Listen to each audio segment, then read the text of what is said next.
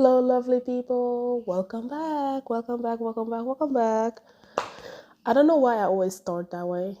I don't know why I always say welcome back like a lot of times, but I think it kind of puts me at ease. It's sort of like a weird thing, right? But it puts me at ease and I feel like I'm talking to somebody. But thank you for checking me out again. Guys, honestly, thank you, thank you, thank you, thank you, thank you, thank you. Like, I am enjoying the progress, right? Like it may be small, it may be minor, but seeing that I get listeners like make me feel very well. Like it makes me feel like the stuff that I'm talking about is resonating with people. And I just looked at my locations. Like I have people listening from the United States, from England, Finland. I don't even know if there's Congolese people in Finland, but if there are, welcome. Like I saw Finland and it was a good percentage. I was like, wait, what? Oh my god. So yeah, so Finland, Canada. I got one from I got so the Congo was also listed in France. I was expecting France because I know there's a lot of Congolese in France. I was expecting the UK, but Finland threw me off. But welcome back, y'all. Welcome back. Congolese people are everywhere, everywhere. We know everybody from everywhere. So welcome back. Welcome, welcome, welcome, welcome, welcome. Oh yeah, I also have people from South Africa listening. Hola, hi. Thank you for coming in. Thank you for checking your Congolese sister out. Thank you, thank you, thank you, thank you. Um, so this morning I woke up and I was just in my thoughts.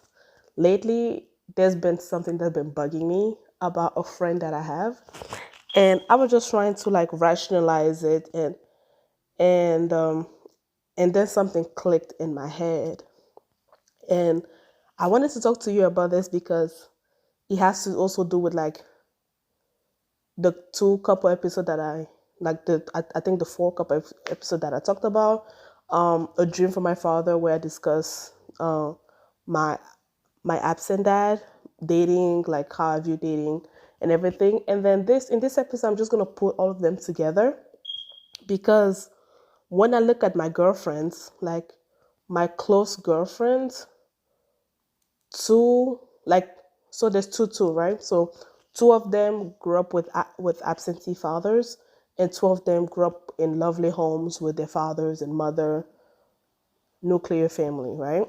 And I'm very close with all of them.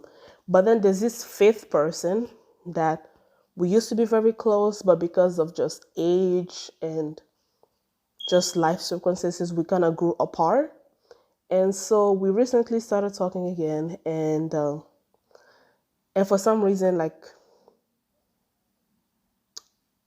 a past memory about our relationship came back, and it's been bugging me. It's been bugging me. Like I sometimes will wake up and that'll be the first thing on my mind, and I'll just be like, God, please, I don't want to be this person. I just celebrated my birthday last week.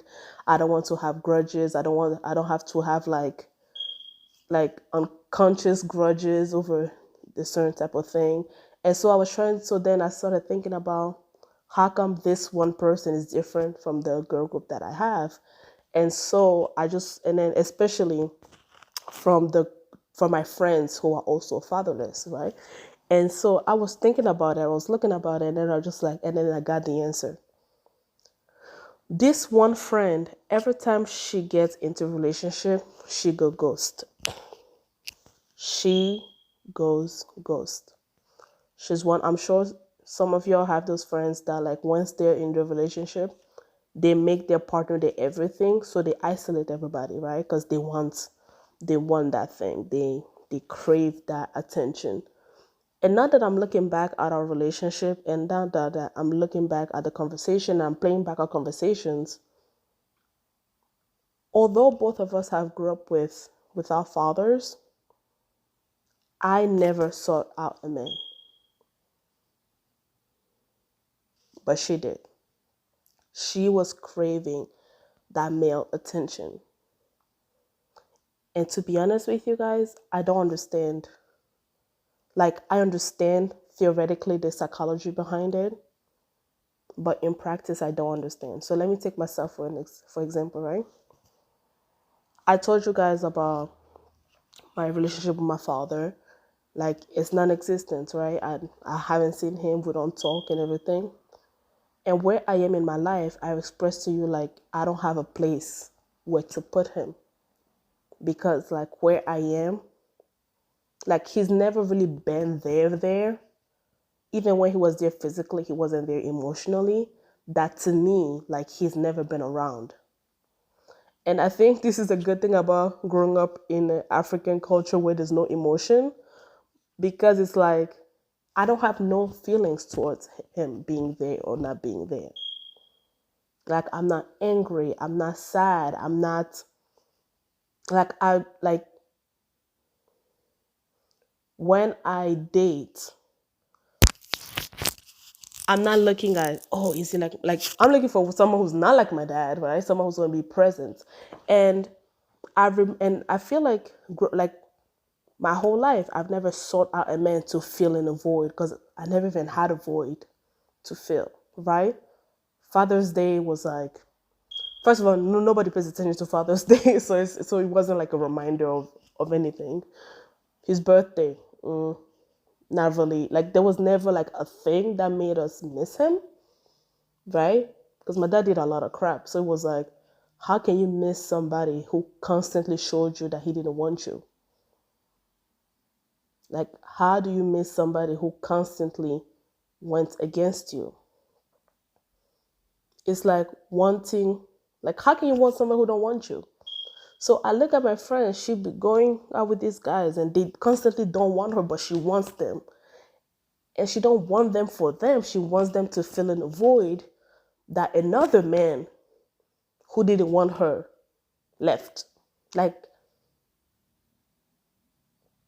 and and the good thing about growing up in an aloof family is like, I don't like, every black kid knows this, right? Your parents will be like, if your friend do this, or if your friend went to jump off a bridge, are you also going to jump off a bridge?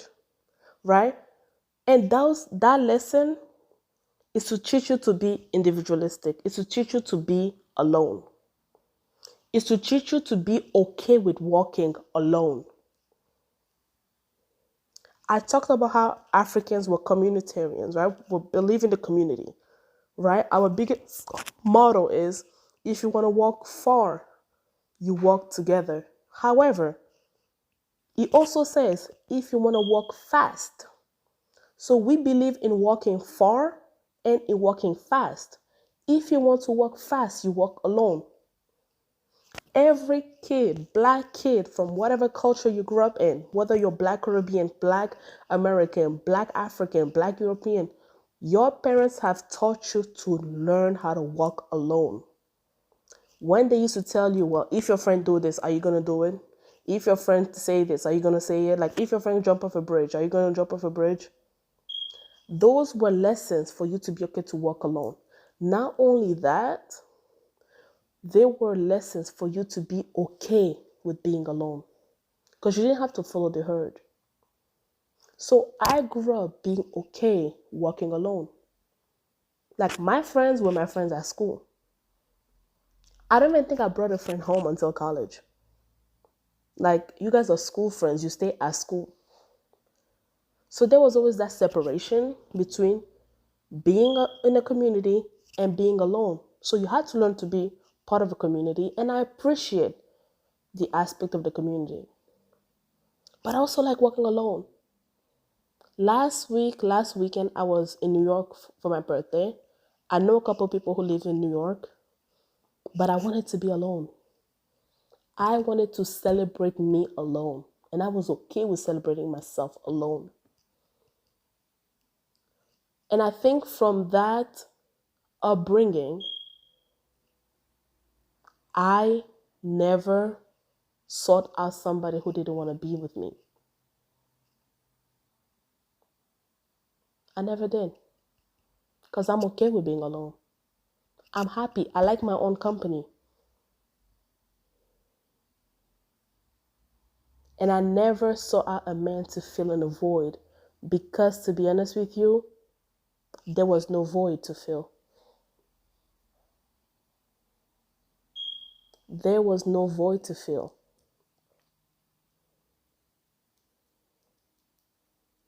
although my father was not there, I had male figures, good male figures. And those men taught me that a man's supposed to pursue you. Those men taught me how a man was supposed to act towards me. They taught me that whatever my dad was not that. That's not what I should seek out.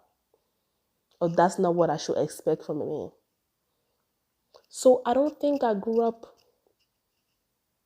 like having daddy's issue. I never like, oh, let me get a boyfriend because I have a void. Like, there was not a void. But with this friend, there was a void. Because this girl would constantly be in a relationship, would constantly, not even in a relationship, she would constantly open her legs to men. Constantly, because she wants to feel needed. She wants to feel loved. But I was taught your love comes from yourself. And every time she tells me she's in love, like I am, like in my head, I'm like, are you even capable of true love? Because it's like, what happens if this person walks away? And every time you talk to her, she constantly brings up how she's afraid the man will leave her. Of course, you're afraid the man will leave you. I feel like girls don't understand that men can sense their importance in our lives.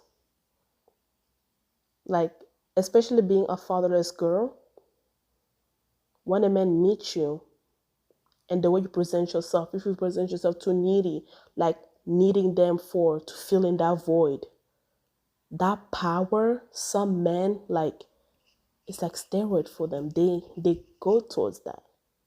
They want that because that gives them a sense of purpose. So I don't know if the love is genuine. So I got reconnected with her. She's talking to me, told me about her relationship and everything. I'm happy for her. I really am.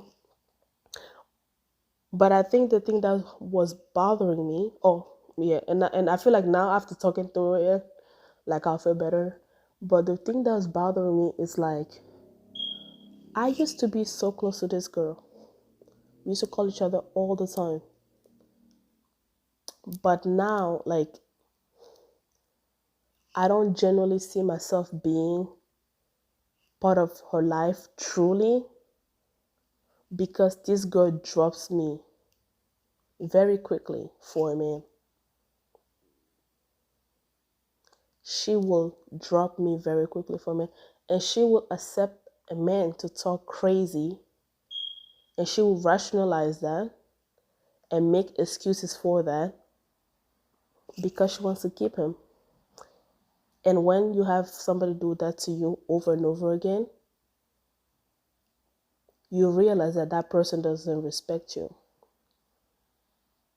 And because I know she doesn't respect me or value my friendship in her life, I don't think I can ever sincerely be part of her life from now until the end of time.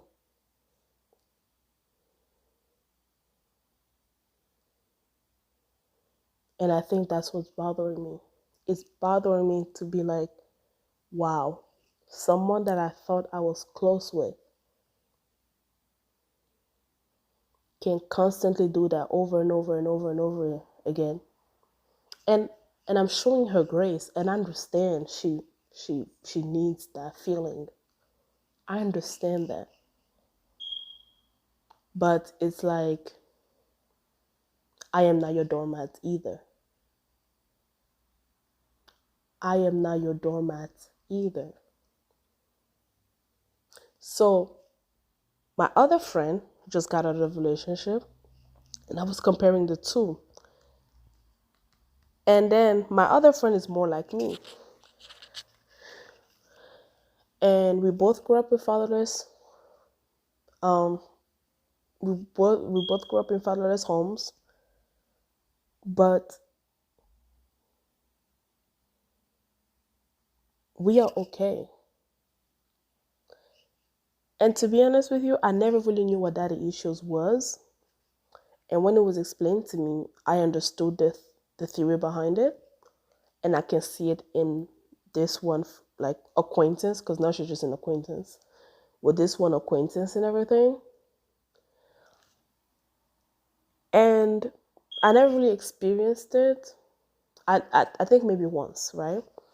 When I was with my ex, and I went through like a thing with my landlord, right? Because I was living in Belgium, a different country, different system.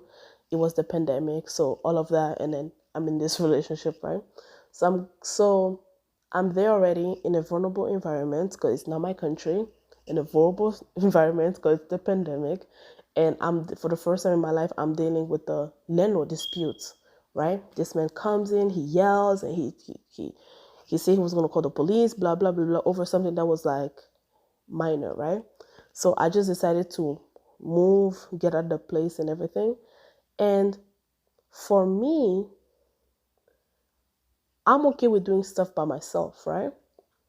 But when I had my boyfriend, stupid me had the expectation of him to like help me, right? That's a dumb idea that to expect your boyfriend to do, right? Like, and I remember I was calling him and telling him like, hey, I just got into this dispute and this man is yelling. I don't feel like comfortable being here anymore. Please come help me move. And I remember calling him like at 11 a.m. He's like, oh, I'll be there, I'll be there. Mind you, the train from his place to my place was 30 minutes. He's like, I'll be there, I'll be there, I'll be there, blah, blah, blah, blah. This man shows up at 9 p.m. At 9 p.m. And I remember telling him, you just made me feel like a child waiting for her dad to come visit because he promised he was going to come and he never came.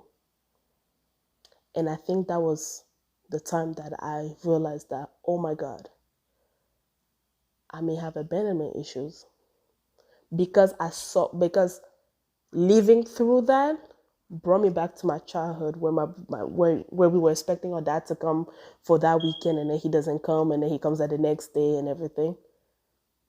And I think that's when I came back, I'd realized I was like, oh, let me talk to my therapist about like abandonment issue because I did not know I had that because I never expressed it because I've never been in a situation with a guy before. He was my first boyfriend.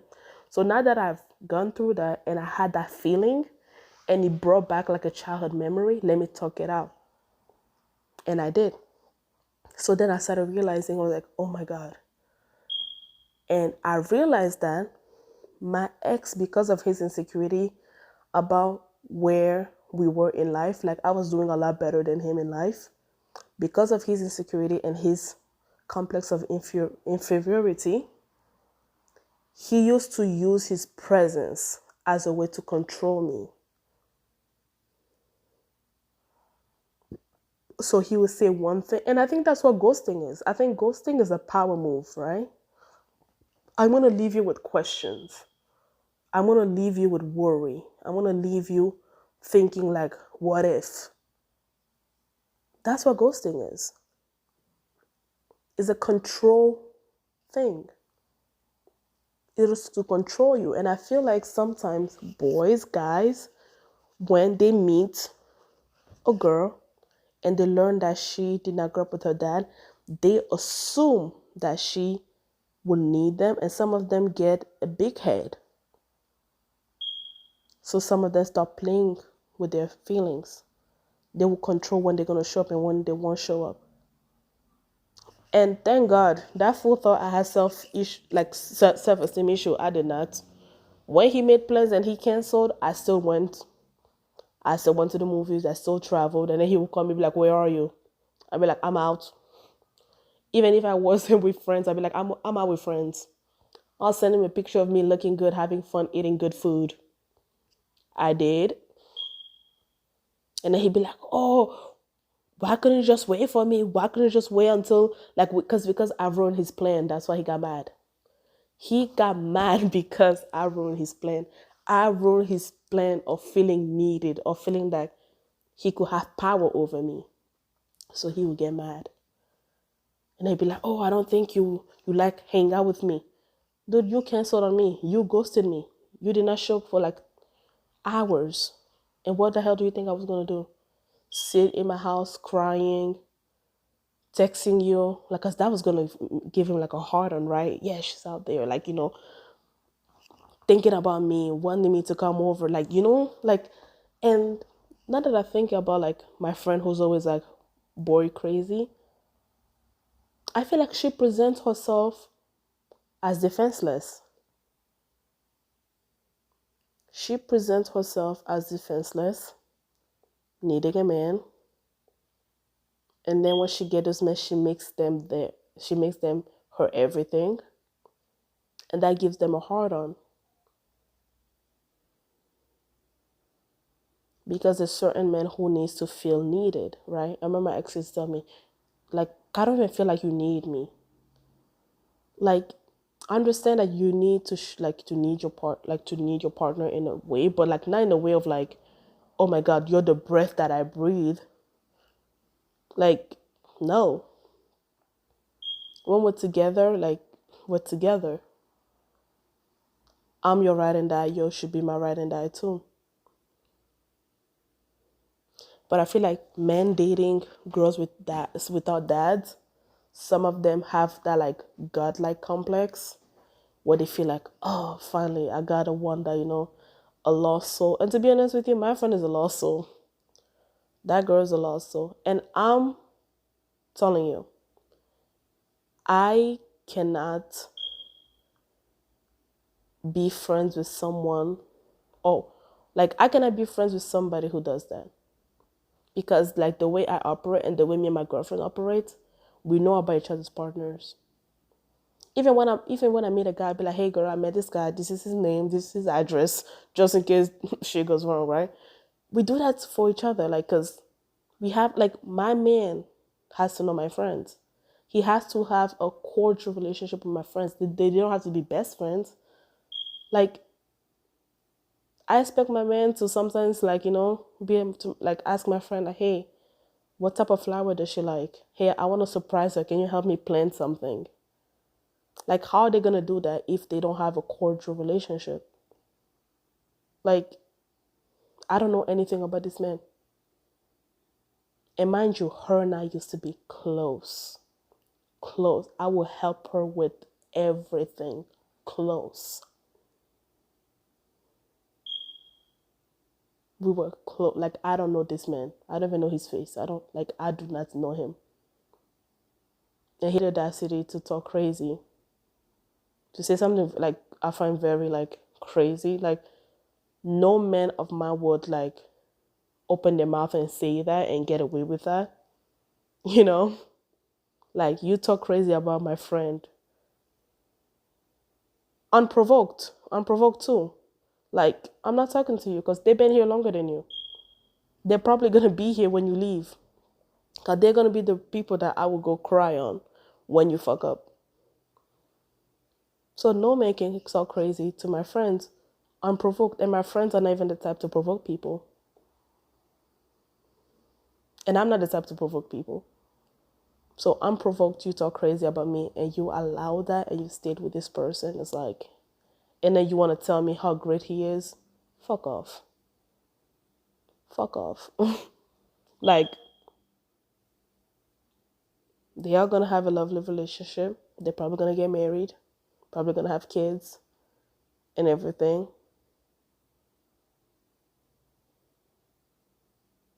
And I feel like some people, that's what they want, right?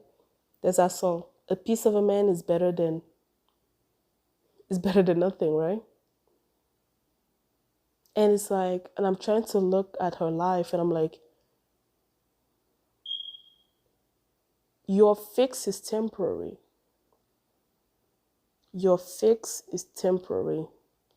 Because you still have the void. You still have that done with your daddy issues. So this man, he's facing and temporary can be 30 years, right? He can be with you for 30 years. What happened after 30 years and you guys get a divorce in 30 years? It's temporary. It's so temporary. because you are not dealt with the heart of the problem. And to men out there, not having a dad, and I understand some of us put the onus on you to fix the mistake of what someone else did. And that's wrong. I don't think girls should expect a boy that you met who just wants to love who you are to be your everything. I don't think that's rational. Even the Bible say, love thy neighbor like you love yourself. You have to love yourself before you love somebody else. You cannot love somebody else and not love you. And you putting onus on somebody else for your happiness is not you truly loving them, because that's a big burden to carry. That's a big job to carry. But to the men out there, if you meet a girl who has daddy issues, help her. Help her. Don't try to control the narrative. Help her. Talk. You can be her temporary therapist, but try to get her the actual help she needs. Because trust me, if she still carry that load's going to be heavy on you. And you're going to have to carry all that burden. And then one day you're going to get tired. And you're going to leave. And you're going to leave her back where you found her. So if you're a good man, Savannah, help her. Talk to her. Help her seek the right help. And not all of us, because we didn't have a dad, are like distraught. And don't try to control us, please. That was the problem with my second friend. I felt like her boyfriend was always trying to like get her to be a victim so that he can be the superhero. And when she wasn't, he will victimize himself so that she can feel bad that she's not a victim. Like no, we're people. We're girls. We're people. You have your issues. We have ours. Talk to us. Let's work together. Let's find a solution together.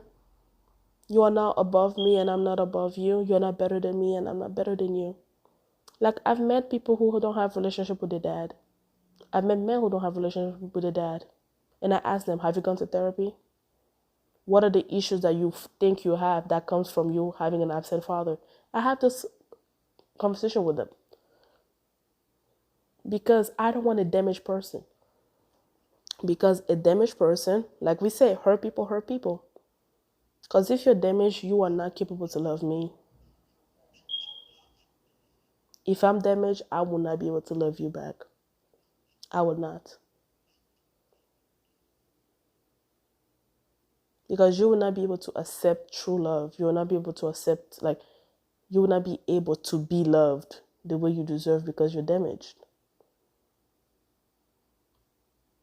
I know, I told my friend, listen, a boy who has issues and trauma that he has not dealt with, I don't want him. And they were like, oh, boy, you... No, I'm like, nope, I don't want him. But that's a disaster of an unhappy home. I don't. Because I did the work on myself, because I don't want to dump my trauma on you. I would tell you about it. I would tell you for you to understand where I'm coming from. But I also tell you the work that I did to overcome it. And we can move on. And you can see me as a person and not a project.